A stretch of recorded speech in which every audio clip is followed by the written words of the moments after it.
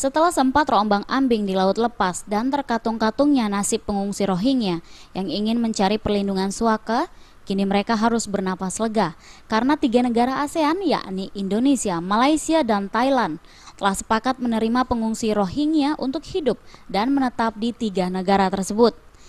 Presiden RI pun telah mengutus Menlu Retno Marsudi untuk berbicara dengan pemerintah Malaysia dan Thailand demi mencari jalan keluar, yakni perlindungan bagi pengungsi Rohingya. Presiden Joko Widodo yang ditemui pada sebuah acara Sabtu lalu mengatakan Indonesia siap memberikan tempat penampungan bagi pengungsi Rohingya. Sementara untuk bantuan bagi pengungsi Rohingya disalurkan oleh United Nations atau UN.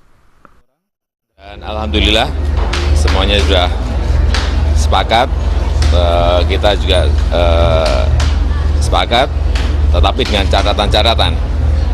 Kita menerima, Malaysia juga sama, Thailand juga sama, dan kemarin alhamdulillah juga Myanmar juga ingin menghambat agar tidak lagi banyak yang mengungsi keluar.